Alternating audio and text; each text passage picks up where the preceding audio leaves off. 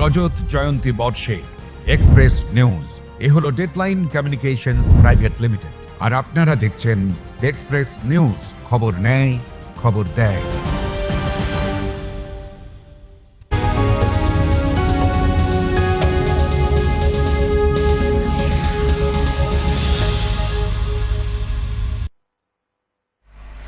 নমস্কার, বাংলার ভোট যুদ্ধ নিয়ে আমি আবারও হাজির হয়ে গেছি। আমি শতাব্দী, আপনাদের সকলকে স্বাগত জানাই। আজ দ্বিতীয় দফার নির্বাচন, আর এই বাংলার নির্বাচনে পাখির চোখ এই দ্বিতীয় নির্বাচনকে ঘিরে কিন্তু বিভিন্ন জায়গায় বিক্ষিপ্ত কিছু ঘটনা সকাল থেকেই আমাদের নজরে রয়েছে। আর সেই সমস্ত ছবি, সমস্ত আপডেট নিয়ে আমরা আজ থাকছি সারাদিন এক্সপ্রেস নিউজের পর্দায়। সঙ্গে থাকুন আমাদের। আর দ্বিতীয় দফার নির্বাচন অলরেডি শুরু হয়ে গেছে। সকাল 7টার থেকে ভোট গ্রহণ পর্ব শুরু হয়েছে বিভিন্ন কেন্দ্রগুলিতে। আর এবারের যে ভোট চলছে দ্বিতীয় দফার নির্বাচন, সেক্ষেত্রে নিরাপত্তা যথেষ্ট কড়াকড়ি করা হয়েছে। নির্বাচন কমিশনের পক্ষ থেকে বিভিন্ন জায়গা থেকে এবং বাইরে থেকে কেন্দ্রীয় বাহিনী আনা হয়েছে।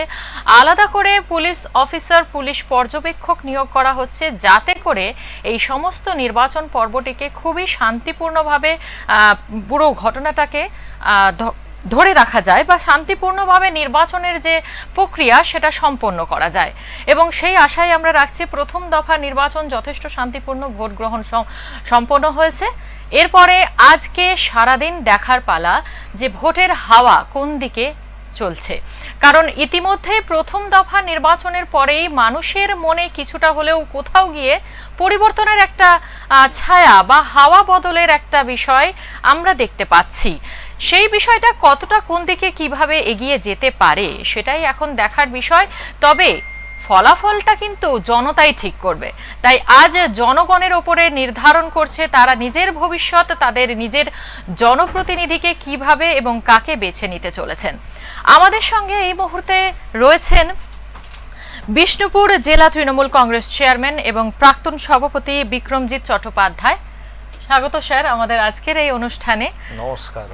বাংলার ভোট যুদ্ধ, যেটা আমরা বিগত নির্বাচনেও দেখে এসেছি, এবং প্রথম দফার ভোট আশা করি আমরা সকলেই জানি কতটা শান্তিপূর্ণভাবে হয়েছে এবং যথেচ্ছভাবে মানুষ নির্দ্বিধায় ভয়হীনভাবে ভোট দিয়েছেন প্রথম দফা নির্বাচনে। সেক্ষেত্রে দ্বিতীয় দফা নির্বাচন আজ সকাল থেকে শুরু হয়েছে, তবে বিভিন্ন জায়গায় যে বিক্ষিপ্ত ঘটনাগুলো আমাদের চোখে পড়ছে সেই বিষয়ে আপনার কি মতামত? দেখুন, পশ্চিমবাংলার যা চরিত্র মমতা ব্যানার্জি গত 2011 সাল থেকে তৈরি করেছেন, সেখানে সমস্ত নির্বাচনেই শান্তিপূর্ণভাবে ভোট হয়েছে। অপপ্রচার থাকবে, বিরোধীদের কাজ হচ্ছে অপপ্রচার করা, আর আমাদের কাজ হচ্ছে, আমরা যারা তৃণমূল কংগ্রেস করি, আমরা যারা মমতা ব্যানার্জির সৈনিক, অভিষেক ব্যানার্জির দলের সদস্য, তাদের কাজ হচ্ছে যে সেই অপপ্রচারটাকে নস্যাৎ করা। তো 2011-য় যখন নির্বাচন হয়, যখন দিদি আমাদের মহাকরণে এসে পৌঁছান, সেদিনও নির্বাচন শান্তিপূর্ণ হয়েছিল, অবাধ হয়েছিল। 2016 বলুন, 2021 আপনাদের হয়তো মনে থাকবে, 2016টা হয়তো ভুলে যেতে পারেন, 2021-এও কিন্তু কড়া নিরাপত্তার মধ্যেই কেন্দ্রীয় বাহিনী রেখেই নির্বাচন হয়েছিল। এবং সেই নির্বাচনে আমরা দেখি 2016 থেকে আমরা আবার বেশি আসন পাই। আর এবারেও কড়া নিরাপত্তায় নির্বাচন হচ্ছে। খুব নিশ্চিত করে আপনাদেরকে বলতে পারি যে 2021-এর থেকেও এইবারে তৃণমূল কংগ্রেস দলের মমতা ব্যানার্জির নেতৃত্বে আরো ভালো ফল হবে, সেই আশা রাখছেন। একদম আশা নয়, এটাই বাস্তবে রূপায়িত হবে। 4 তারিখে দেখতে পাবেন। 4 তারিখে ফলাফলের ওপর কিন্তু রাজ্যের জনগণ তাকিয়ে আছে, আমরা সবাই তাকিয়ে আছি যে এবার কি হতে চলেছে। কারণ আমরা বিশ্লেষকরা যেটা মনে করছেন যে 2026-এর নির্বাচন খুবই গুরুত্বপূর্ণ এবং সেই চিত্র আমরা দেখতেও পাচ্ছি। আপনি ঠিকই বলেছেন, 2026-এর নির্বাচন গুরুত্বপূর্ণ। পশ্চিমবাংলার নির্বাচন গুরুত্বপূর্ণ এই কারণে যে আমরা দলগতভাবে বিভিন্ন জায়গায় প্রচার করেছি যে কেন্দ্রে যে সরকার চলছে সেই সরকার ভালো চলছে না। কৃষকদের অবস্থা ভালো নেই, তারা ন্যায্য ফসলের দাম পাচ্ছে না। একটা কর্পোরেট লবি কৃষকদের রোজগারের উপর থাবা বসাতে আসছে। শ্রমিকরা আজকে ভালো নেই। আমি দুর্গাপুর ইস্পাত কারখানার একজন শ্রমিক। আমাদের 39 মাসের এরিয়ার কেন্দ্রীয় সরকার মেরে দিয়েছে। মহিলাদের হাতে কোনো স্বনির্ভরতার গল্প নেই, কেন্দ্রীয় সরকারের পার্ট থেকে আমি বলছি। কেন্দ্র আমাদের ভারতবর্ষে দুটো তো সরকার চলে, একটা কেন্দ্রীয় সরকার, একটা রাজ্য সরকার। তো আমি কেন্দ্রীয় সরকারের কথাগুলো বলছি।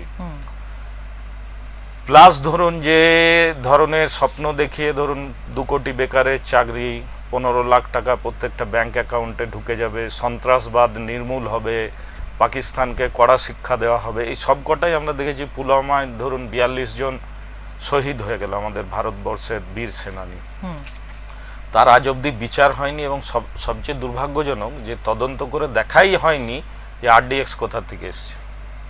তারপরেও ধরুন পুলওয়ামার পরে হই হই রই রই কাণ্ড হলো, একটা নির্বাচন পেরিয়ে গেল, নির্বাচনের পরে আমরা যেটা দেখছি যে আবার হলো কি পহেলগাঁও বৈশানর ভ্যালিতে দেখলাম স্ত্রীর কোলে মাথা দিয়ে মরে পড়ে আছে সাধারণ মানুষ যারা বেড়াতে গিয়েছিল। খুব দুর্ভাগ্যজনক, পুরুষদেরকেই সেখানে খুব দুর্ভাগ্যজনক।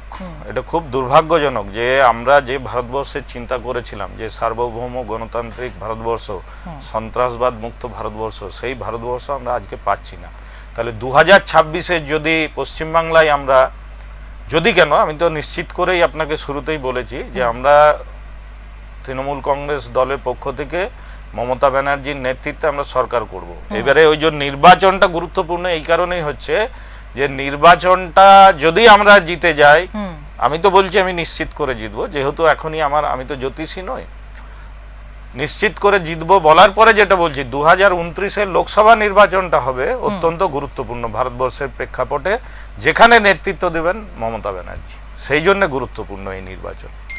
আচ্ছা, এরপরে যে বিষয়টা আমি বলি, আপনি যে কথাটা বললেন জয়ের ক্ষেত্রে নির্বাচনে এবার 2026-এ যে নির্বাচনে জয়ের কথা আপনি বললেন, সেক্ষেত্রে আমি কয়েকটি পয়েন্ট আপনাকে একটু জিজ্ঞাসা করতে চাই। যেমন ধরুন এবারের ভোটে শাসক দল যে আশাটা রেখেছেন যে তারা জিতবেন, এবারে কিন্তু যে যথেচ্ছ পরিমাণ ভোট, মানে প্রথম দফায় অলরেডি 90% ভোট পড়ে গেছে, সেক্ষেত্রে এবার মনে করা হচ্ছে যুব ভোট এবং তার সাথে নতুন ভোটার, এদের যে পরিসংখ্যান অনুযায়ী বলা হচ্ছে যে এবারে নতুন ভোটারের সংখ্যা প্রায় 1% এবং ইতিহাস সাক্ষী আছে যে যুব ভোট যেদিকে গড়ায় মানে ভোটের ফলাফলও কিন্তু সেই দিকেই যায়। তো এবার কি সেই যুব ভোটারদের সরকার বিরোধী কোনো রকম মানসিকতা আপনার চোখে পড়েছে? আমি ধরুন প্রায় বছর খানেক ধরে নির্বাচনী প্রক্রিয়ার সাথে যুক্ত আছি। আমাদের দল অনেক আগের থেকে ভোটার লিস্টের কাজ থেকে শুরু করে SIR এর কাজ থেকে শুরু করেছে, ময়দানে নেমেছে।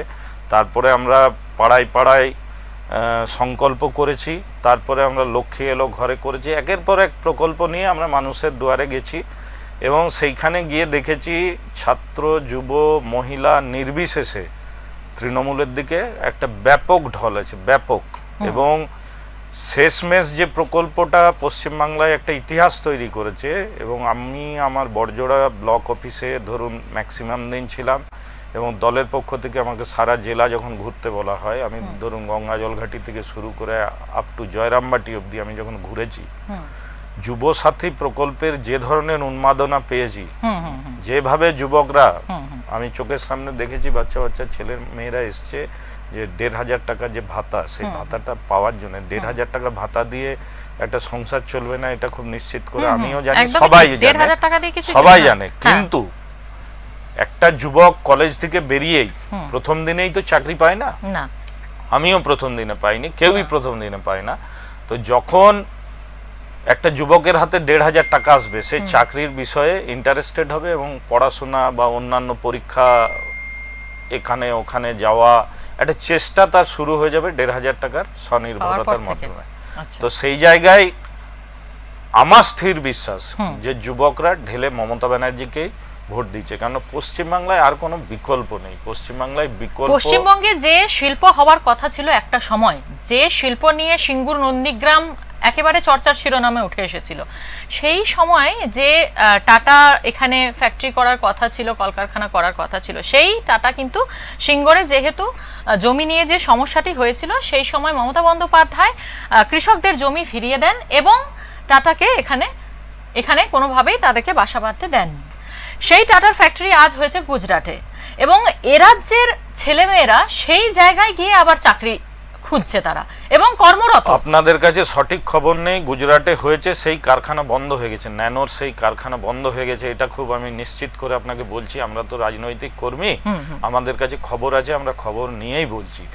আর ওই টাটা, যে টাটাকে নিয়ে সিপিএম তখন রাজনীতি করার চেষ্টা করেছিল, ধুয়ে মুছে সাফ হয়ে গেছে, সেই টাটা কিন্তু মমতা ব্যানার্জির সাথে আবার বৈঠক করেছেন। এই কিছুদিন আগেরই খবর, মাস 6-7 আগে, যেটা আমাদের শিল্প নিয়ে মৃত্যুর আগে নিশ্চয়ই সেটা। তো সেই সময়তে টাটা কিন্তু নতুন করে বিনিয়োগের কথা দিদির সাথে বলেছেন। আশা করছি 4 তারিখের ফলাফলের পর দিদি যখন আবার মুখ্যমন্ত্রী হবে, ওই সময় আবার টাটা এখানে বিনিয়োগ করবে। আচ্ছা, এই সূত্র ধরেই বলে রাখি, পরিসংখ্যান অনুযায়ী যেটা আমরা দেখতে পাচ্ছি যে বাংলায় 67.6% স্নাতকোত্তর পড়ুয়ারা কিন্তু এখনো পর্যন্ত বেকার, এবং 50% ডিপ্লোমা করা পড়ুয়ারাও রয়েছে বেকার। শুধু তাই নয়, 40 থেকে 50 লক্ষ পড়ুয়ারা ভিন রাজ্যে পাড়ি দিয়েছে। রাজ্যের বিভিন্ন স্কুলে লক্ষাধিক পদের শিক্ষক এখন তাদের পদ হারিয়েছেন, যেটা আমরা দেখেছি। এবং এ রাজ্যে যেটা বলা হচ্ছে, এবছরের নিরিখে রাজ্যে শিক্ষিত বেকারত্বের হার প্রায় 14%। তাহলে এবারের নির্বাচন কি এই বেকারদের, মানে তারা কতটাই ভোটকে প্রভাবিত করতে পারে বলে মনে হচ্ছে? আপনাকে আমি বলি, সারা ভারতবর্ষের নিরিখে গত 40 বছরে সবচেয়ে বেকারি বৃদ্ধি পেয়েছে নরেন্দ্র মোদীর আমলে। সারা ভারতবর্ষের নিরিখে আমি বলছি 40% বৃদ্ধি পেয়েছে। এই 40 বছরে সবচেয়ে বেশি বৃদ্ধি পেয়েছে, 40% নয়, গত 40 বছরে সবচেয়ে বেশি বৃদ্ধি পেয়েছে নরেন্দ্র মোদীর এই 2014 থেকে 2026, এই 12 বছরের যে শাসনকাল চলছে। আর ঠিক উল্টো দিকে আপনাকে বলছি যে 4.5 গুণ বৃদ্ধি পেয়েছে কর্মসংস্থান পশ্চিমবাংলার নিরিখে। এইবারে আপনি হয়তো বলতে পারেন যে দেখুন, আমরা যখন চাকরি পেয়েছি 91 থেকে 96, নরেন্দ্র মোদী তখন ছিলেন না, তখন কংগ্রেসের পিভি নরসিংহ রাও ছিলেন। তখন ধরুন রাষ্ট্রায়ত্ত সংস্থা সেলে আমরা চাকরি পেয়েছি, রেলে অনেকে চাকরি পেয়েছে, ভেলে পেয়েছে, ওএনজিসি পেয়েছে, এনটিপিসি পেয়েছে, এমনকি সামরিক বাহিনীতেও প্রচুর চাকরি হতো। আজকে নরেন্দ্র মোদীর আমলে সেই চাকরিগুলো মোটামুটি সব বন্ধ হয়ে গেছে। এটা খুব দুর্ভাগ্যজনক। তাহলে যদি আমি বড়জোড়ার ছেলে, আমি দুর্গাপুরে এসে চাকরি করেছি, দৌলত কিন্তু কংগ্রেস, তাহলে সেই সময়ে রিক্রুটমেন্ট হয়েছে, আর এই সময়ে নরেন্দ্র মোদীর আমলে হচ্ছে না। ফলে পশ্চিমবাংলার বেকার তো আমিই ছিলাম, পশ্চিমবাংলার বেকার সাকার হয়েছে কিন্তু নরেন্দ্র মোদী যখন ছিল না তখন। তাহলে আমার বড়জোড়ার আজকে যদি বেকারত্ব বৃদ্ধি পেয়ে থাকে কিছু, যেটা আমরা নস্যাৎ করছি যে মমতা ব্যানার্জি 4.5 গুণ বৃদ্ধি পেয়েছে মমতা ব্যানার্জির আমলে, এটা তথ্য সহকারে বলছি। এবং সেই জায়গাতে রাষ্ট্রায়ত্ত শিল্পগুলো টোটাল বন্ধ হয়ে গেছে। পশ্চিমবাংলার নিরিখে যদি বার্নপুর ধরি, যদি দুর্গাপুর ধরি, এইগুলোই তো শিল্পাঞ্চল, দুর্গাপুর, আসানসোল, এমনকি আমাদের গঙ্গা জলঘাটি, দুর্লভপুর, এগুলো বা নুভোকো, ওইখানে সিমেন্টের কারখানা করেছে। একটা রিক্রুটমেন্ট সেন্ট্রাল গভর্নমেন্টের আন্ডারে হচ্ছে না। তাহলে যদি দায় কারুর থেকে থাকে, তাহলে সেন্ট্রাল গভর্নমেন্টের দায় আমি দেব। আচ্ছা, মানে রাজ্য সরকারের এক্ষেত্রে কোন রকম দায় বর্তায় কি? রাজ্য সরকারে আমি আপনাকে খুব নিশ্চিত করে বলতে পারি যে নার্সিং এ মহিলাদের যেভাবে, মেয়েরা যেভাবে চাকরি পেয়েছে, এটা ভারতবর্ষের কোনো রাজ্যে নেই।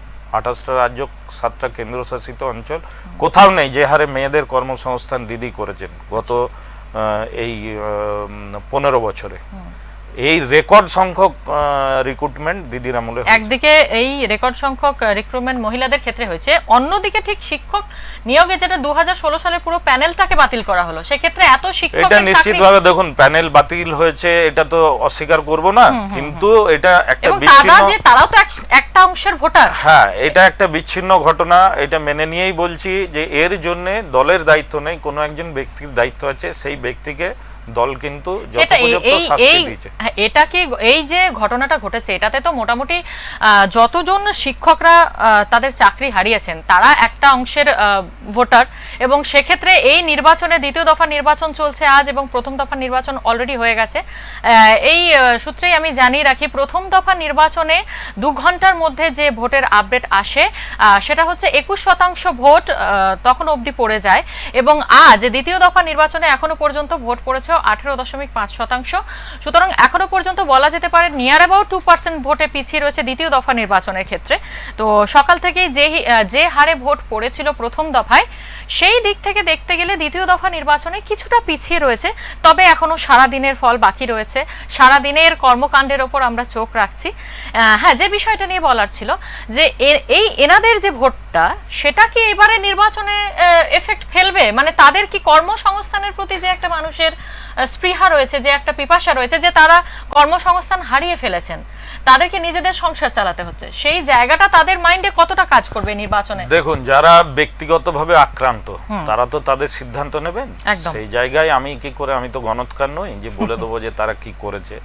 ব্যক্তিগতভাবে যে বা যারা আক্রান্ত তারা নিশ্চয়ই তাদের মতো করে সিদ্ধান্ত নেবেন। তবে এইটা একদমই ঠিক নয় যে পুরো ভোটটাই চলে যাবে অন্যদিকে। এদের মধ্যে বহু লোক আছে, আমি আমার একজন কতুলপুরে আমার একজন ভাই আছে, সে এইভাবেই চাকরি খুঁজেছে, কিন্তু সে কতুলপুরের মির্জাপুর অঞ্চলে, আপনাকে আমি আরো স্পেসিফিক্যালি বলে দিচ্ছি, সে কিন্তু পুরো নির্বাচনী প্রক্রিয়ায় আমাদের মিছিলেই হেঁটেছে। আচ্ছা, জানা দরকার আপনাদের। আচ্ছা, এরপরে আসছে আরো একটা বিষয়, যেহেতু নির্বাচনে এবারের যে নির্বাচন সেটা যেহেতু হাওয়া বদলের কোথাও একটা ঠেকছে বলে আমাদের মনে হচ্ছে, সকলে বিশ্লেষকের মনে না, এইখানটাই আমি আপত্তি জানিয়ে আপনাকে বলি, এটা পুরো আপত্তি। হাওয়া বদলের কোথাও কোনো ইঙ্গিত নেই। এবারে মিডিয়া হাইপ করছে, আমরা খুব পরিষ্কারভাবে দীর্ঘদিন ধরে এই অভিযোগ করে আসছি যে মিডিয়াকে পারচেজ করেছে বিজেপি দল। সেই জায়গা থেকে মিডিয়া বলছে যে তৃণমূল যাওয়ার কোনো জায়গা নেই, তৃণমূল থাকবে নিশ্চিতভাবে। দেখুন, আপনার সাথে আমি আবার 4 তারিখে কথা বলবো, একদম তৃণমূল থাকবে। এবারে মিডিয়া হাইপ করে বলছে যে চলে গেছে, যেভাবে যে বিষয়গুলো এগুলো কিচ্ছু হবে না। যে বিষয়গুলো উঠে আসছে, বিশ্লেষকদের যে মতামত আসছে, পরিসংখ্যান যা বলছে, ভোট গ্রহণ এখনো পর্যন্ত প্রথম দফার যে হারে ভোট পড়েছে, যেটা 50 বছরেও এইভাবে ভোট হয়নি, এই হারে ভোট পড়েনি। দেখুন, আমি আবার আপনাকে ইন্টারাপ্ট করছি এবং বলছি যে ওই যে বিশ্লেষক যে আর কথা বললেন, ওই বিশ্লেষকরাও পারচেজড হয়ে যাচ্ছে। আমি একদম নাম করে বলছি যে আনন্দবাজারের একজন রয়েছে, সেইখানে ও বসে বসে শুধু বলে যে তৃণমূল শেষ হয়ে গেল। তৃণমূল অত সহজে শেষ হবে না, লড়াইয়ের মধ্যে দিয়ে এসছে, যদিও আমরা তার ফলাফল 4 তারিখেই আমরা দেখতে পারবো। একদম আত্মত্যাগ, অনেক কিছুর মধ্যে দিয়ে তৃণমূল কংগ্রেসকে দিদি তৈরি করেছেন, কাজেই যাওয়ার কোনো প্রশ্নই নেই এখন। এটা তৃণমূল কংগ্রেসের সবচেয়ে যেটা প্রধান যে জায়গায় ভোটের বিষয়টা রয়েছে সেটা হচ্ছে মহিলাদের ভোট। মহিলাদের ভোট খুব খুব খুব একটা নির্বাচনের ক্ষেত্রে গুরুত্বপূর্ণ অংশ, এবং এই মহিলা ভোটাররা কিন্তু শাসক দলের খুব বড় একটা শক্তি বলে মনে করা হয়। এবং সেই মহিলা ভোটারদের জন্য শাসক দলের এক বড় প্রকল্প যেটা হচ্ছে লক্ষ্মীর ভান্ডার, 2021 সাল থেকে কিন্তু এই লক্ষ্মীর ভান্ডার প্রকল্প ভীষণভাবে কার্যকর হয়েছিল, এবং সেক্ষেত্রেই বলা যেতে পারে যে এবারের কিন্তু চিত্রটা একটু হয়তো পাল্টে গেলেও পাল্টে যেতে পারে এরকমটা মনে করা হচ্ছে, যেহেতু বিজেপিও এই মহিলা ভোটারদের জন্য অন্নপূর্ণা ভান্ডার চালু করেছেন বা সেই পরিকল্পনার দিকে এগোচ্ছেন। তাহলে এখানে নির্বাচনে লক্ষ্মীর ভান্ডার বা অন্নপূর্ণা ভান্ডার দুটোর গুরুত্ব কতটা মনে করছেন আপনি? দেখুন, ওই অন্নপূর্ণা ভান্ডার পুরোপুরি একটা মানে ব্লাফবাজি, মিথ্যা কথা। এটা অন্নপূর্ণা ভান্ডার যদি করতে হতো 2014 থেকে প্রধানমন্ত্রী নরেন্দ্র মোদী গদিতে আসেন, তাহলে 2014 থেকে 2026 12 বছরে কিছুই করলেন না। আর ঠিক উল্টো দিকে মমতা ব্যানার্জি 2021-এর নির্বাচনী বক্তৃতায় বলেছিলেন যে মহিলাদের স্বনির্ভরতার জন্য এবং সামাজিক সম্মানের জন্য, সবচেয়ে বড় বিষয় হচ্ছে টাকাটা ম্যাটার করে না, সামাজিক সম্মানের জন্য আমরা মহিলাদেরকে একটা 500 টাকার করে লক্ষ্মীর ভান্ডার প্রকল্পের মধ্যে আওতাভুক্ত করব। এটা উনি নির্বাচনের সময় বলেছিলেন 2021-এ। সেই টাকাটা উনি জিতে পরেই চালু করে দেন 500 টাকা 2021। 500 টাকাটা উনি পরবর্তীকালে 1000 টাকা করেন, 1000টা আবার 1500 করেছেন, এবং ওইটা ধরুন SC ST-দের ক্ষেত্রে 1700 টাকা হয়েছে। এইটা শুধু একটা টাকা নয়, কিন্তু এই যে বললাম যে ধরুন পশ্চিমবাংলার যে ইতিহাস রয়েছে, যেখানে রাজা রামমোহন রায়, ঈশ্বরচন্দ্র বিদ্যাসাগর মহিলাদের স্বাধীনতার কথা বলেছিলেন, অন্ধকারের ভিতর থেকে মহিলাদেরকে বাইরে বার করার কথা বলেছিলেন, এবং সেই প্রচেষ্টা বহুদিন ধরে পশ্চিমবাংলার মাটিতে চলছে, কিন্তু সেটা সীমাবদ্ধ ছিল এলিট ক্লাসের মধ্যে। যে এই ধরুন কাদম্বিনী দেবী বা অন্যান্য কিছু এলিট ক্লাসের মহিলারা তাদের উন্নতি করতে পেরেছিলেন। মমতা ব্যানার্জি যেটা করেছেন, গ্রাম বাংলায় মেন রোড থেকে 5 কিলোমিটার, 10 কিলোমিটার, 15 কিলোমিটার, 20 কিলোমিটার দূরের কোনো মহিলার হাতে পয়সা পৌঁছে দিয়েছেন এবং সেই পয়সাটা গ্রামীণ অর্থনীতিতে এত ভালোভাবে কাজ করছে যে গ্রামীণ অর্থনীতিও সচল হয়েছে, মহিলার হাতে পয়সা গেছে, অর্থনৈতিকভাবে তিনি স্বাবলম্বী হয়েছেন এবং অ্যাট দি সেম টাইম সামাজিক সুরক্ষা তার এসছে, যে একটা মহিলা আজকে ভাবতে শিখেছে যে পশ্চিমবাংলার বুকে যে আমরা স্বনির্ভর এবং আমাদের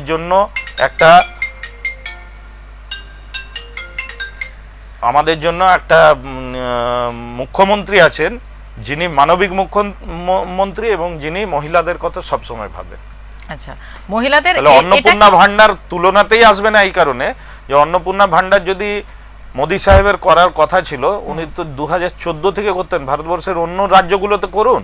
বিহারে নির্বাচনী প্রতিশ্রুতিতে 10,000 টাকা করে দিয়েছিলেন মহিলাদের, সেই 10,000 টাকা ফেরত দেওয়া হচ্ছে, আপনার খবর নেই? আচ্ছা, সেক্ষেত্রে এখানেও একটা প্রশ্ন উঠে আসছে, যেটা হচ্ছে মমতা বন্দ্যোপাধ্যায় ঠিক নির্বাচনী প্রচারের সময় উনি একটি ঘোষণা করেন যে এবছর মানে উনি ক্ষমতায় আসলে 10,000 টাকা করে পুজোর বোনাস পাবে মহিলারা। সেই এইটা কি কোনোভাবে মহিলাদের ভোটের সংখ্যাটা বাড়ানোর কোনো একটা স্ট্যাটিস্টিক্স?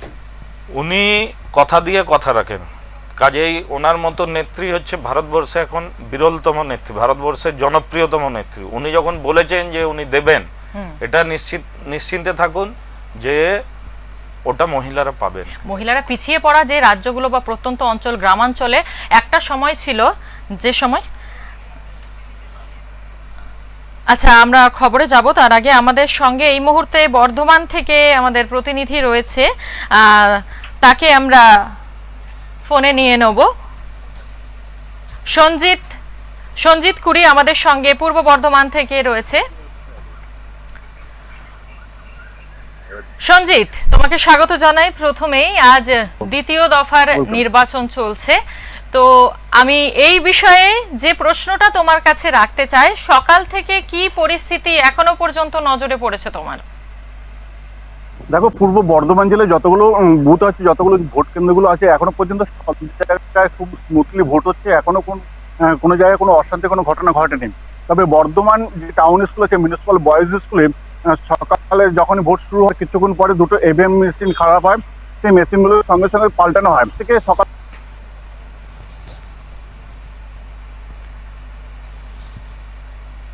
আচ্ছা, আমরা ফিরে যাব আবার আলোচনায়। তার মধ্যে যদি সঞ্জিতকে আবারও আমরা পাই, অবশ্যই যোগাযোগ করব তার সাথে। যে বিষয়ে আমরা আলোচনা ছিলাম যে প্রত্যেক মহিলাদেরকে 10,000 টাকা করে পুজোর বোনাস হিসাবে দেবেন তৃণমূল সুপ্রিমো মমতা বন্দ্যোপাধ্যায়, যদি তিনি আবারও শাসক দলের প্রধান হিসাবে অর্থাৎ মুখ্যমন্ত্রী হিসাবে আবারও শপথ গ্রহণ করেন। তো আমরা সেই আলোচনায় ছিলাম যে 10,000 টাকা করে যে উনি দিচ্ছেন এবং এই যে এটা মহিলাদের ভোট ব্যাংকটা কতটা নিজের আয়ত্তে নিয়ে আসার একটা স্ট্যাটিস্টিক বা একটা কৌশল হিসাবে কাজে লাগাচ্ছেন। দেখুন, রাজনীতিতে তো কৌশল থাকবেই। এবারে কৌশলের থেকে যেটা বড় বিষয় সেটা হচ্ছে যে ওনার যে মানবিক দৃষ্টিভঙ্গি, সেই জায়গাতে উনি লক্ষ্মীর ভাণ্ডার করে, কন্যাশ্রী করে, স্বাস্থ্যসাথী করে, রূপশ্রী করে বিভিন্নভাবে মহিলাদের পাশে দাঁড়িয়েছে। ঠিক আছে, তাহলে আজকে আবার নতুন করে যদি উনি 10,000 টাকার প্রকল্প ঘোষণা করে থাকে, উনি নিশ্চিত করে দেবেন এবং মহিলাদের স্বাবলম্বী করার জন্য তাদের পাশে অর্থনৈতিকভাবে, সামাজিকভাবে উনি বিগত দিনে দাঁড়িয়েছেন, আজকে আবার দাঁড়াবেন। আচ্ছা, তাহলে মানে এই ভাতা বা এই ধরনের পুজোর বোনাস বা বোনাস জাতীয় কিছু, এটাকে আমরা ভাতা হিসেবেই ধরছি, তো এইভাবেই কি মহিলারা নিজেদেরকে এস্টাবলিশ করতে পারবে বলে মনে হয়? আচ্ছা, আপনি 10,000 টাকা নরেন্দ্র মোদীকে দিয়ে দেওয়া করান, এটা তো আমাদের যে কোনো মহিলা চাইবে। এখানে দেখুন, আপনি দুর্গাপুরে বসে বলতে পারেন, কিন্তু একটা গ্রামের ইন্টেরিয়ার গ্রামগুলোতে আমরা তো প্রচারে যাই, সেখানে আমার বক্তব্য যে গ্রামীণ মহিলাদের নিয়ে, গ্রামীণ মহিলাদের পক্ষে এই ধরনের প্রকল্প অত্যন্ত ভালো। হ্যাঁ, তাদের স্বনির্ভরতার দিকে তারা এগোচ্ছেন। স্বনির্ভরতার দিকে তারা একটা সময় সত্যি কথা, তার মানে গ্রামের মহিলারা এখনো পর্যন্ত কিছু প্রত্যন্ত গ্রাম আছে যেখানে মহিলারা নিজেদেরকে এখনো মেলে ধরতে পারেননি সেইভাবে, সমস্ত কিছুর জন্যই তাদেরকে ডিপেন্ড করে থাকতে হয়। সেক্ষেত্রে মমতা বন্দ্যোপাধ্যায়ের এই প্রকল্পগুলি যেগুলি মহিলাদের জন্য, সেই প্রকল্পগুলিতে তারা নিজেদেরকে উপকৃত বলে মনে করছে। সেখানেই আমার প্রশ্ন যে সেক্ষেত্রে প্রত্যন্ত গ্রামের মহিলাদের যে ভোট সেটা পুরোটাই তৃণমূলের পক্ষে যাবে এবং সেই স্ট্র্যাটেজিটাই ফলো করছে বলে কি আপনার মনে হচ্ছে বিজেপি সরকার অন্নপূর্ণা ভান্ডার দিয়ে? ওরা চেষ্টা করছে, ওরা পারবে না, ওরা কিছুই করতে পারবে না। এবং আলটিমেট যেটা হবে বললাম আপনাকে, 2029-এ ওরা দিল্লিটাও হারাবে। আচ্ছা, এরপরে যে বিষয়টা আরো এবছরের নির্বাচনে বেশি তরতাজা শিরোনামে উঠে এসেছে সেটা হলো এসআইআর একটা গুরুত্বপূর্ণ ফ্যাক্টর এবারের নির্বাচনে, যেহেতু এখানে 92 লক্ষ মানুষের নাম বাদ গেছে ভোটার তালিকা থেকে। তো এক্ষেত্রে এটা কি একটা বড় ফ্যাক্টর হতে পারে শাসক দলের ক্ষেত্রে? এসআইআর করে বিজেপি নিজের কফিনে নিজেই পেরেক মেরেছে, ঠিক আছে? আচ্ছা, এসআইআর করে ভালো হয়নি বিজেপির। ওরা যে ক্ষতিটা করতে চেয়েছিল তৃণমূলের, ওদের নিজেদেরই ক্ষতি হয়ে গেছে। রেজাল্ট বেরোলেই বুঝতে পারবেন। আচ্ছা, এই ক্ষেত্রে তো অনেকে এসআইআর এর জন্য এবার যেটা মনে করা হচ্ছে যে প্রথম দফা নির্বাচনে প্রচুর 90% ভোট পড়ে গিয়েছিল, এবং সেক্ষেত্রে যেটা হচ্ছে যে এসআইআর এর ফলে প্রত্যেকেই মানে প্রত্যেক মানুষজন আর কি, জনগণ রাজ্যের, তারা যথেচ্ছভাবে ভোট দিয়েছেন এটার ভয়ে যে এসআইআর এর জন্য এবার যদি ভোট দেওয়া না হয় তাহলে হয়তো ভোটার লিস্ট থেকে তাদের নাম বাতিল হয়ে যাবে, সেই একটা ভয় কোথাও কাজ করেছে বলে মনে হচ্ছে। অনেক মানুষ ভোট দিয়েছে, কারণ বিজেপিকে সবাই ভয় পাচ্ছে। এরা তো মানুষকে শাসন করার নামে শোষণ করছে এবং বিভিন্ন ধরনের বিপদের সম্মুখীন করে দিচ্ছে, মানুষকে, সাধারণ মানুষকে অপমান করছে, অপদস্থ করছে, হেনস্থা করছে।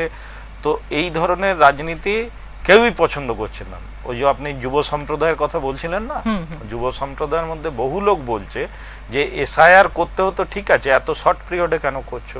এইভাবে যে মানুষকে লাইনে দাঁড় করিয়ে দেওয়া হলো, তাদেরকে হেনস্থা করা। না, আপনাদের এটা আমি জানতে চাই যে এটা এসআইআর নিয়ে যে মতামতটা বা এসআইআর নিয়ে যে পরিকল্পনাটা, সেটা এখন কেন 5 বছর আগে কেন হয়নি বা 10 বছর আগে কেন হয়নি, বা শুরুতেই শাসক দলের পক্ষ থেকে এই ধরনের চিন্তা ভাবনা কেন আসেনি? একদম সঠিক বলছেন আপনি যে এটা আরো আগে করা যেত এবং একটা সময় নিয়ে, দীর্ঘ সময় ধরে ধীরে সুস্থে ভালোভাবে করা যেত। আজকে যদি ধরুন একটাও বৈধ ভোটার যদি বাদ পড়ে যায়, এটা গণতন্ত্রের পক্ষে লজ্জা। যেটা ডক্টর ভীমরাও আম্বেদকর করেছিলেন যে সার্বভৌম গণতান্ত্রিক রাষ্ট্র আমরা, তো সার্বভৌম চিন্তাভাবনাই তো থাকছে না, সার্বভৌম চিন্তাভাবনাই থাকছে না। তো সেই কাজ যারা করছে তারা গণতন্ত্রের পক্ষে লজ্জা। এবং এই লড়াইটা পশ্চিমবঙ্গবাসী লড়ছে, এক হচ্ছে গণতন্ত্র বাঁচানোর লড়াই, আর 2 হচ্ছে বাংলা ভাষার জন্য লড়াই, 3 হচ্ছে বাঙালি জাতির অস্মিতা, জাত্যাভিমানকে বাঁচিয়ে রাখার লড়াই। তাহলে এই জায়গাতে বাঙালি কিন্তু একদম মানে বুঝে নেবে, যতটা বুঝে নেবে সেটা 4 তারিখে ফলাফল আমরা 4 তারিখে অবশ্যই 4 তারিখে আমি আপনাকে এই স্টুডিওতে বসে বলে যাচ্ছি 250-এর কাছাকাছি আসন পাবে তৃণমূল কংগ্রেস মমতা ব্যানার্জির নেতৃত্বে, মিলিয়ে নেবেন। এই মুহূর্তে আমাদের সঙ্গে এই অনুষ্ঠানে বাংলার ভোট যুদ্ধে উপস্থিত রয়েছেন বিষ্ণুপুর জেলা তৃণমূল কংগ্রেস চেয়ারম্যান বিক্রমজিৎ চট্টোপাধ্যায়। এবার আমি যে প্রশ্নে আপনার কাছে যাব, 2019 সালে বাঁকুড়াকে গ্রিন সিটি করার একটা প্রকল্প শাসক দলের পক্ষ থেকে নেওয়া হয়েছিল, এবং কোথাও গিয়ে সেটা কিন্তু মুখ থুবড়ে পড়ে, এবং যে খবর আমরা পাই সেই খবর অনুযায়ী দুর্নীতি কোথাও একটা ঘটে, এবং সেই দুর্নীতির প্রমাণ হাতে নাতে পাওয়ায় সাধারণ মানুষ এবং যারা বিরোধী কাউন্সিলররা ছিলেন একযোগে সেই কাজ বন্ধ করে দেন, এবং বাঁকুড়া এখনো পর্যন্ত সেই প্রকল্পাধীন কাজ এখনো দেখতে পাইনি। দেখুন, ওই সময়ে আমি দলের দায়িত্বে ছিলাম না, কাজেই ওইগুলো আমি বলতে পারবো না সেই সময় কি হয়েছিল বা কি। তাহলে এখন আমি এখনকার তাহলে বিষয়ে চলে আসি, যে বিষয় যে তাহলে এখন আপনি কি মনে করছেন যে এবছর নির্বাচনে বাঁকুড়ার মানুষ বা বিষ্ণুপুর জেলার মানুষ কোন দিকে তাকিয়ে রয়েছে? বিষ্ণুপুর বাঁকুড়া জেলার মানুষের যে চাহিদাটা কি? বাঁকুড়া বিষ্ণুপুর সমস্ত এলাকায় যে ধরনের উন্নয়ন হয়েছে, এমনকি সারদা মায়ের যে জন্মভিটে সেখানেও দিদি একটা উন্নয়নমূলক খাতে প্রচুর টাকা দিয়েছেন ডেভেলপমেন্টের জন্য।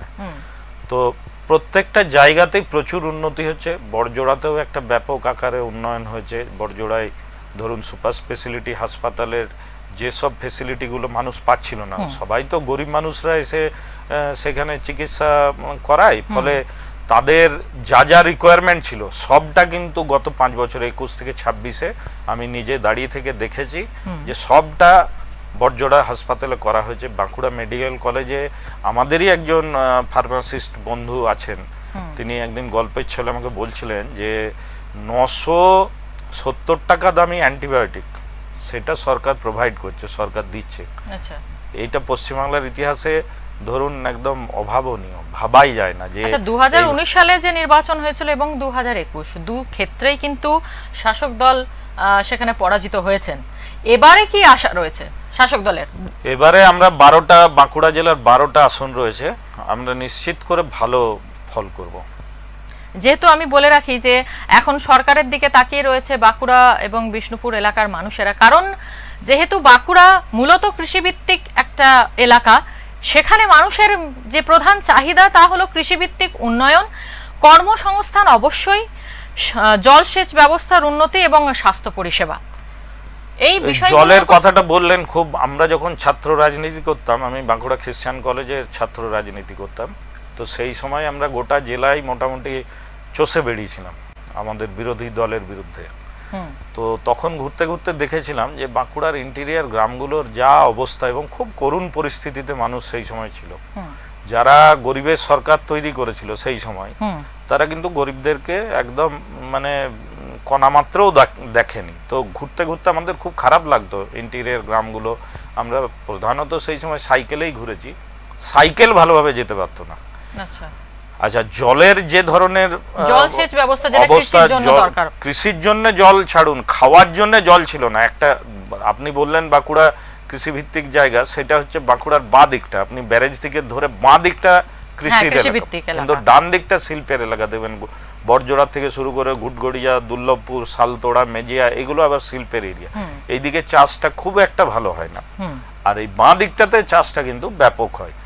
তো জলধি জল প্রকল্প 2011 সালে দিদি যখন প্রথম মুখ্যমন্ত্রী হন, জলধি জল প্রকল্প বড়জোড়ার বিধানসভা এলাকার সাতজোড়াতে, রাস্তার উপরেই, সাতজোড়া ভুল বলছি, দেজুড়ি মোড়ে জলধি জল প্রকল্প হয়, এবং সেই জল প্রকল্পকে কেন্দ্র করে বাঁকুড়ার প্রত্যন্ত গ্রামে এখন জল যাচ্ছে, এবং পুরুলিয়ার প্রত্যন্ত গ্রামে এখন জল যাচ্ছে। এইটা কিন্তু মমতা ব্যানার্জির ক্রেডিট। এবং এখন যেটা চেষ্টা করা হচ্ছে এই প্রকল্পগুলোকে একটা কম্পাইল করে নলবাহিত জল ঘরে ঘরে দেওয়ার, যেটা অত্যন্ত উল্লেখযোগ্য সাফল্য মমতা ব্যানার্জি।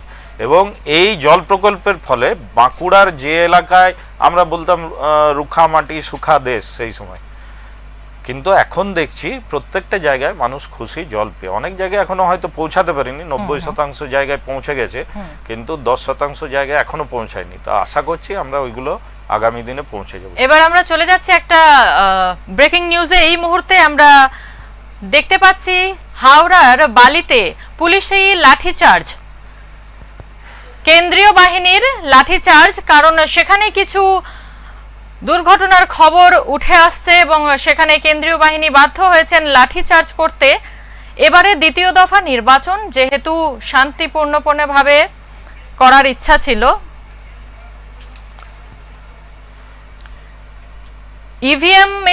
ইভিএম খারাপ হওয়ার কারণে সেখানে জনগণ উত্তেজিত হয়ে পড়ে, এবং সেক্ষেত্রেই এই যে একটা ঝুট ঝামেলার পরিবেশ সেখানে তৈরি হয়, এবং কেন্দ্রীয় বাহিনী হস্তক্ষেপ করতে বাধ্য হন, যেহেতু তাদের ওপর নির্দেশ রয়েছে নির্বাচন কমিশনের পক্ষ থেকে কোনো রকম ঝুট ঝামেলা যাতে না হয়, সেটাকে এড়িয়ে সুস্থভাবে এবং শান্তিপূর্ণভাবে নির্বাচন যাতে সম্পন্ন করা যায়, তাই কেন্দ্রীয় বাহিনী হস্তক্ষেপে এই মুহূর্তে আমরা সেই ছবি দেখছি, কেন্দ্রীয় বাহিনীর হস্তক্ষেপে এবং কেন্দ্রীয় বাহিনীর লাঠিচার্জের সেই ছবি দেখছি। এবং এই ছবি উঠে আসছে হাওড়ার বালি এলাকায়, নির্বাচনী কেন্দ্রে ইভিএম খারাপ হয়ে যাওয়ায় জনগণ একটু উত্তেজিত হয়ে পড়েন এবং সেই উত্তেজনায় এই ঘটনার ছবি আমরা আপনাদেরকে তুলে ধরলাম আপনাদের কাছে। ফিরে আসছি আবারও আমাদের আলোচনায় যে বাঁকুড়া এবং বিষ্ণুপুরের যে বিষয়টা মূলত গুরুত্বপূর্ণ এবং মানুষ যেদিকে তাকিয়ে রয়েছে, বাঁকুড়া এবং বিষ্ণুপুর অঞ্চলের মানুষ যেদিকে তাকিয়ে রয়েছে তা হলো বিশেষত কর্মসংস্থান, যেটা আপনি বললেন যে ব্যারেজের এদিকে রয়েছে মেজিয়া, যেসব জায়গাগুলো যেখানে শিল্প রয়েছে, একদিকে রয়েছে কৃষি। শিল্প এবং কৃষি একটা সময় ছিল যখন বাঁকুড়া মূলত শিল্পের মুখ তখনও সেইভাবে দেখে উঠতে পারেনি, তবে কৃষিভিত্তিক জেলা হিসাবে আত্মপ্রকাশ করে এবং তারপরে এখন শিল্প যতটা উন্নত ওখানে হয়েছে সেই অনুযায়ী যেটা বলা যায় যে কৃষিভিত্তিক যে উন্নয়ন ওখানে রয়েছে, কৃষকেরা যারা কৃষি করে নিজেদের জীবিকা নির্ধারণ করছেন তারা কিন্তু শাসক দলের প্রতি তাকিয়ে রয়েছেন। তাদের একটা চাহিদা রয়েছে উভয় ক্ষেত্রে, কেন্দ্রীয় সরকার এবং রাজ্য সরকার দুপক্ষের দিকেই তারা কিন্তু তাকিয়ে রয়েছে, কারণ মানুষ চাইছে উন্নয়ন। সেটা তো আপনাকে বললামই যে 95টা যে জনমুখী প্রকল্প রয়েছে, যেখানে ধরুন কৃষক বন্ধু আছে, একটা আপনাকে বললাম ভূমিহীন কৃষকদের জন্য দিদি আবার একটা ভাতা চালু করেছে ভূমিহীন কৃষকদের জন্য। তাহলে এইগুলো তো কেউ ভাবেনি যে যে ভূমিহীন কৃষক তার জন্য তো দিদি মানে একদমই, সে তো প্রান্তিক গরিব মানুষ, তো সেই গরিব মানুষের জন্য এতদিন 34 বছর বামফ্রন্ট সরকার ছিল এবং বামফ্রন্ট সরকারের মানে মূল ভোট ভিত্তি ছিল এই ভূমিহীন কৃষকরা, তাদের জন্য কিন্তু ভাবেনি। আচ্ছা, কেউ ভাবেনি। আজকে দিদি কিন্তু 1,500 টাকা করে তাদের ভাতা দিচ্ছেন। তারা দলে দলে এসে আমাদেরকে এসে, আমরা ক্যাম্পে বসেছিলাম, স্যার একটা ভূমিহীন ফর্ম দেন, ভূমিহীন ফর্ম দেন। তো ভূমিহীন ফর্ম দিতে দিতে আমরা থকে গেছি, এত ফর্ম দিয়েছি। তার মানে কি, কৃষক বন্ধু প্রকল্প, আনন্দধারা প্রকল্প, ভূমিহীন কৃষকদের জন্য যে ভাতার প্রকল্প, এই সমস্ত প্রকল্প মানুষ ভালোভাবে নিয়েছে। এবং এই যে কৃষক বন্ধু যে প্রকল্প, তার মধ্যে দিয়ে আপনার যদি চাষের ক্ষতি হয়ে যায়, ফসলের শস্য বীমা আছে, বহু ধরনের প্রকল্প রয়েছে যেটাতে কিন্তু কৃষকরা উপকৃত এবং তারা খুশি আছে। একটা সময় কতুলপুর, জয়পুর বা ইন্দাসের দিকে আমরা দেখতাম যে আলু চাষে মানুষ ব্যাপক ক্ষতিগ্রস্ত হলে আত্মহত্যা ছাড়া পথ ছিল না। আজকে পশ্চিমবাংলায় কোথায় হয়? আপনি বিদর্ভে পাবেন, মহারাষ্ট্রের বিদর্ভে চাষি হয়তো আত্মহত্যা করছে। পশ্চিমবাংলায় এই ইতিহাসগুলো একদমই মানে কম হয়ে গেছে। আমি যে কথাটা আপনাকে শুরু থেকে বলছি যে বিজেপিকে মানুষ ভোটটা দেবে কেন, বিজেপি কি করেছে একটা বলতে হবে তো, যে না পশ্চিমবাংলার জন্য ধরুন এই বাজেটে পশ্চিমবাংলায় ভোট যখন ছিল তো পশ্চিমবাংলার মানুষকে একটা দিশা দেখাতে হতো, তো এই বাজেটে পশ্চিমবাংলার জন্য কিছু তো অন্তত বাজেটে টাকা বরাদ্দ করতে হতো বিভিন্ন খাতে। আমি বলছি রেলের উন্নয়নে বা অন্যান্য কোনো পরিকাঠামো উন্নয়নে কোথাও তো কিছু করতে হতো, বা কৃষকদের জন্য কিছু করতে হতো, বা শ্রমিকদের, পশ্চিমবাংলার শ্রমিকদের জন্য কিছু করতে হতো, মহিলাদের জন্য কিছু করতে হতো। ছাত্র যুবদের হাতে আজকে কোনো দিশা আছে? ছাত্র যে পড়ছে সে ভুল ইতিহাস পড়ছে। আজকের ইতিহাস ধরুন অন্য রকমের একটা ইতিহাস হয়ে যাচ্ছে। সেখানে সাভারকারকে হিরো দেখানো হচ্ছে, সেখানে গডসেকে হিরো দেখানো হচ্ছে, আর মহাত্মা গান্ধীকে সেখানে ইয়ে করা হচ্ছে, হেয় করা হচ্ছে। এই ইতিহাস ছাত্ররা পড়তে চায় না। যুবকদের কিছু তো দিশা দেখাতে হবে যে ঠিক আছে, মমতা ব্যানার্জি না হয় তর্কের খাতিরে ধরে নিচ্ছি চাকরি দিচ্ছে না, নরেন্দ্র মোদী কটা চাকরি দিয়েছে বলতে হবে তো, যে এই চাকরি রেলে দিলাম, এই চাকরি সেলে দিলাম। 14 সালের পর থেকে সেলে একটা রিক্রুটমেন্ট হয়নি কেন বলুন? এগুলো তো প্রশ্ন করতে হবে যে তুমি উন্নয়নের জন্য তুমি কি করছো, মানুষের জন্য তুমি কি ভেবেছো? মানুষ তো নিজের উন্নয়ন চাইবে এবং সেখানে সেই জায়গাতে পুরোপুরি ব্যর্থ ওরা যখন ব্যর্থ, ওদের আজকে বলুন তো যে একটা মহিলাকে হারাতে গোটা ভারতবর্ষ চলে এসছে, নিশ্চয়ই সেই মহিলা কিছু তো করেছে মানুষের জন্য। গোটা ভারতবর্ষ উঠে পড়ে লেগেছে যে এইখানটা হারাতে হবে। আর এত লোভটাই বা কিসের যে পশ্চিমবঙ্গটাই চাই, আমার সোনার হরিণ চাই, এটা কিসের জন্য? বাংলার একটা মাটির গন্ধ, বাংলার একটা ভালোবাসা, বাংলার একটা ঐতিহ্য। বাংলা ওদেরকে পছন্দ করবে না, একদম খুব নিশ্চিত করে আপনি জেনে রাখুন, বাংলা ওদেরকে পছন্দ করবে না। এটা এখানের যে কৃষ্টি, এখানের যে সভ্যতা, এখানের যে সংস্কৃতি, তার সাথে কোনোটাই ম্যাচ করবে না ওদের। আচ্ছা, আপনাকে একটা প্রশ্ন এখানে, যে এখনো পর্যন্ত 15 বছর শাসক দল আমাদের রাজ্যে রয়েছেন এবং ওনাদের নিজেদের প্রকল্প এবং নিজেদের চিন্তা ভাবনা সমস্ত কিছু দিয়ে রাজ্যের মানুষকে পরিচালিত করছেন। সেক্ষেত্রে আপনার কি মনে হয়, কোথাও কি কোনো রকম খামতি একটু হলেও আছে, বা সব দিক থেকে উন্নয়ন একেবারে 100% বলে মনে করছেন? না, সেটা অবশ্যই মনে করি না 100%। কোথায় গিয়ে সেই জায়গাটা আপনাদের মনে হয় যে দেখুন, যারা কাজ করে, যাদের কাজের নেশা আছে, তারা হচ্ছে যে সবসময়ই চেষ্টা করে যে আরো ভালো, আরো ভালো, আরো ভালো, স্কাই ইজ দ্য লিমিট।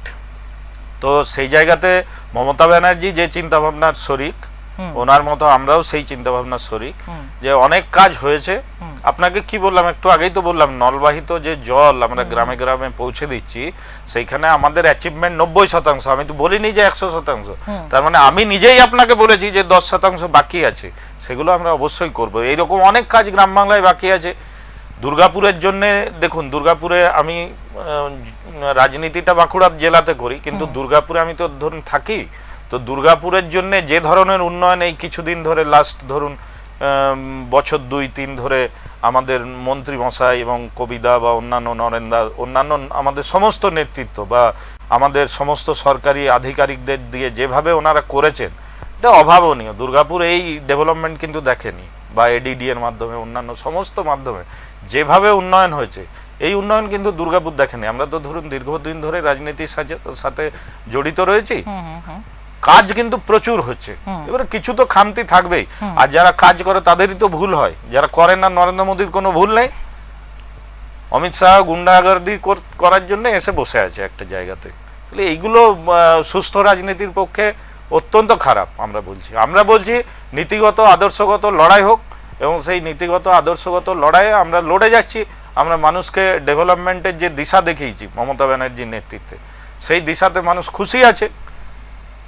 সেই রেজাল্টটা অবশ্যই আমরা, সেই রেজাল্ট একদম অবশ্যই, একদম নিশ্চিতভাবে, ওটা বারবার বলছি, চৌঠা মে আমরা রেজাল্ট পাবো আমাদের ফেভারে, এটা আমরা একদম নিশ্চিন্ত আছি। দ্বিতীয় দফা নির্বাচন চলছে, সকাল থেকে ভোট গ্রহণ চলছে। 142টি আসনে ভোট গ্রহণ শুরু হয়ে গেছে। এই মুহূর্তে আমাদের সঙ্গে রয়েছেন আমাদের প্রতিনিধি কাটোয়া থেকে সন্তু কর্মকার। আমরা তাকে নিয়ে নেব আমাদের সাথে। কাটোয়া থেকে শঙ্কু কর্মকার। শঙ্কু, তোমাকে স্বাগত জানাই আমাদের বাংলার ভোট যুদ্ধ অনুষ্ঠানে। তো প্রথমেই যে চিত্র আমি তোমার কাছ থেকে জানতে চাইবো, সেটা হলো সকাল থেকে ভোট গ্রহণ চলছে, কতটা শান্তিপূর্ণ এবং মানুষের মধ্যে কতটা উত্তেজনা দেখতে পাচ্ছ দ্বিতীয় দফার নির্বাচন নিয়ে? হ্যাঁ, দেখো, আমরা সকাল থেকেই আর কি যেটা লক্ষ্য করেছি, যে সকাল 6টা থেকেই মানুষের মধ্যে একটা ভোট দেওয়ার যে উচ্ছ্বাস, সেটা কিন্তু আছে।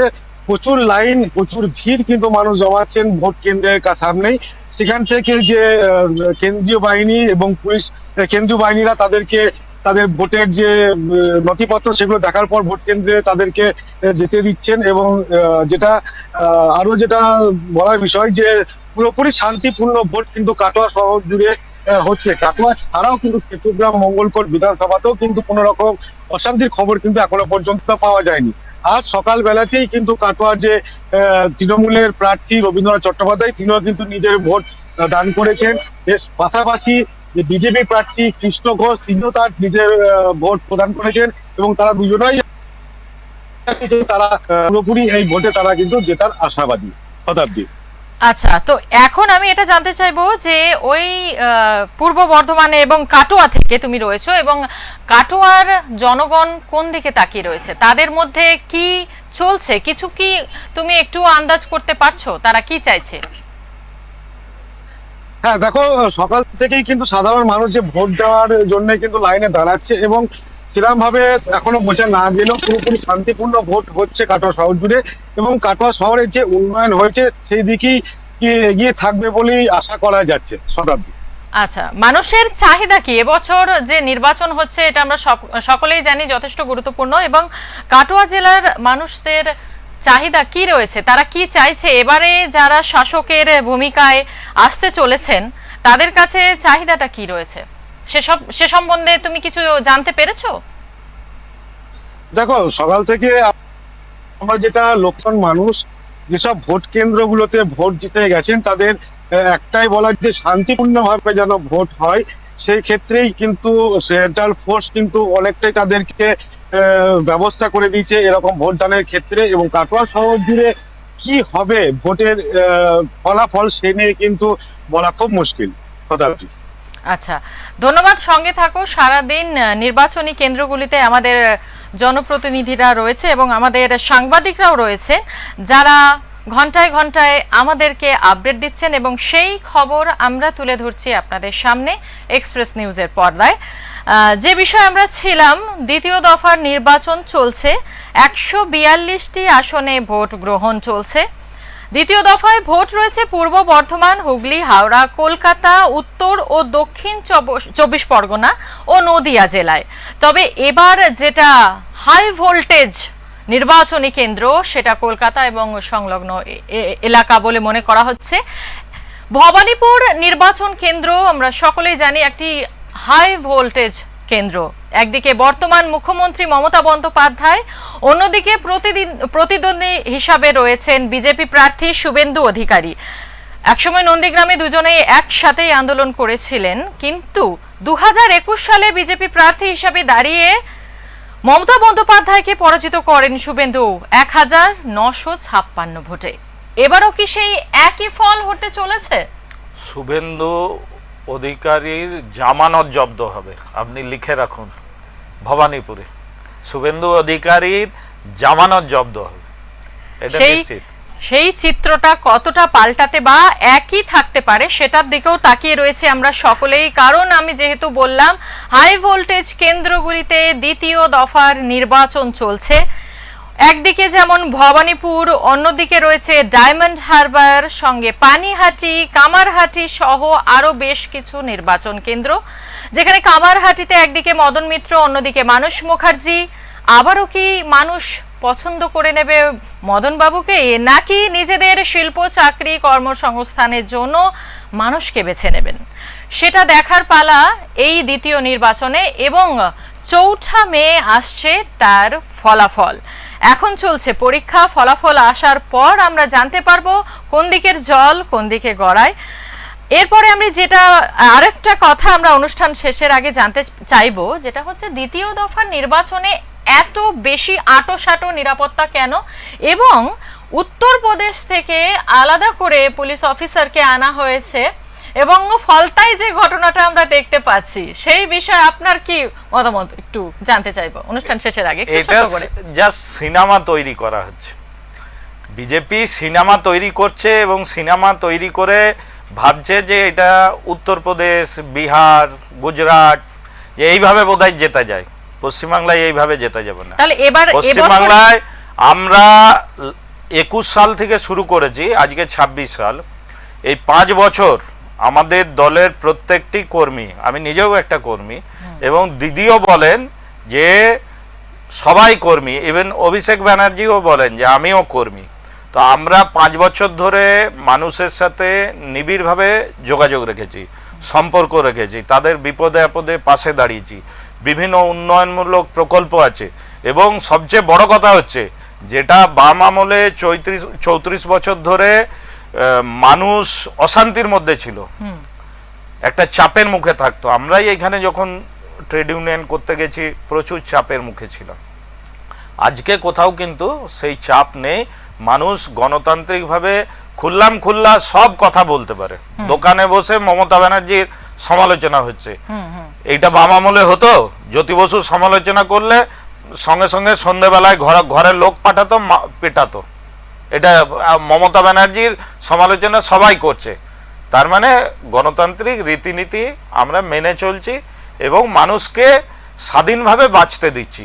সে কথা বলুক, সে ফুর্তি করুক, রাজনীতি করুক, বিজেপি করুক, সিপিএম করুক, হ্যাঁ, দিনের শেষে আমরা যেহেতু মানুষের সাথে থাকি, মানুষের মতামতটাকে আমরা মাথা পেতে নেব।